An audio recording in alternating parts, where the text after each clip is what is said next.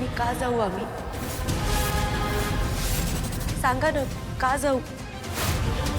केदारनी आज त्याचं कर्तव्य पूर्ण करायचा पुरेपूर प्रयत्न केलाय आणि त्यांनी जे काही केलं ना त्यामागे कुठल्याही प्रकारचं कट कारस्थान नव्हतं, यावर माझा पूर्ण विश्वास आहे.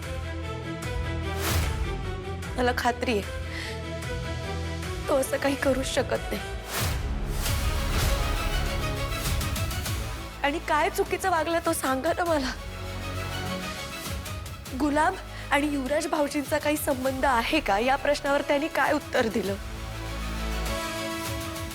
हो, त्यांचा संबंध आहे, एवढंच उत्तर दिलं ना.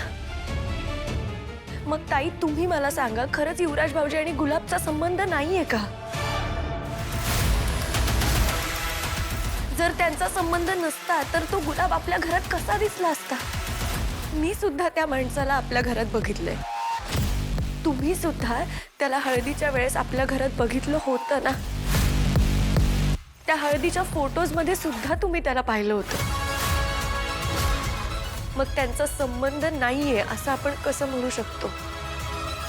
याचा अर्थ युवराजराव गुन्हेगार आहेत असं म्हणायचंय का तुला? पण युवराज भाऊजी गुन्हेगार आहेत असं तो तरी कुठे म्हणालाय?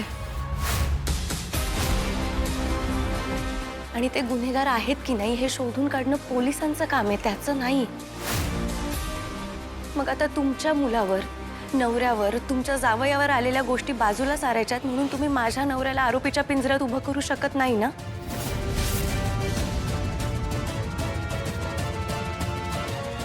कौशिकीताई, एक मोठी बहीण म्हणून मी तुमचा राग, तुमचं चिडणं, तुमचं रागवणं सगळं समजून घेऊ शकते. पण एक मोठी बहीण म्हणून तुम्ही त्याच्या बाजूने सुद्धा विचार करून बघा ना. तुम्हाला असं वाटतं का हो की केदार असं काहीतरी करू शकेल? बाबा, तुम्ही नेहमी म्हणता ना की तुमचा केदारवर पूर्ण विश्वास आहे. केदार कधीच काही चुकीचं करू शकत नाही. तुम्हालाही असंच वाटतंय का हो की तो असा वागला असेल तेही मुद्दाम? बोला बाबा, तुम्ही बोलणं खूप गरजेचं आहे.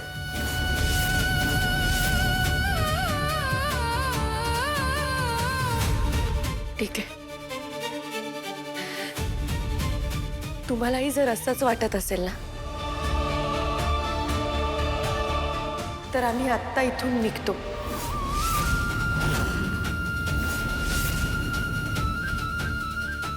आता आम्ही या घरात थांबणं योग्य नाहीये.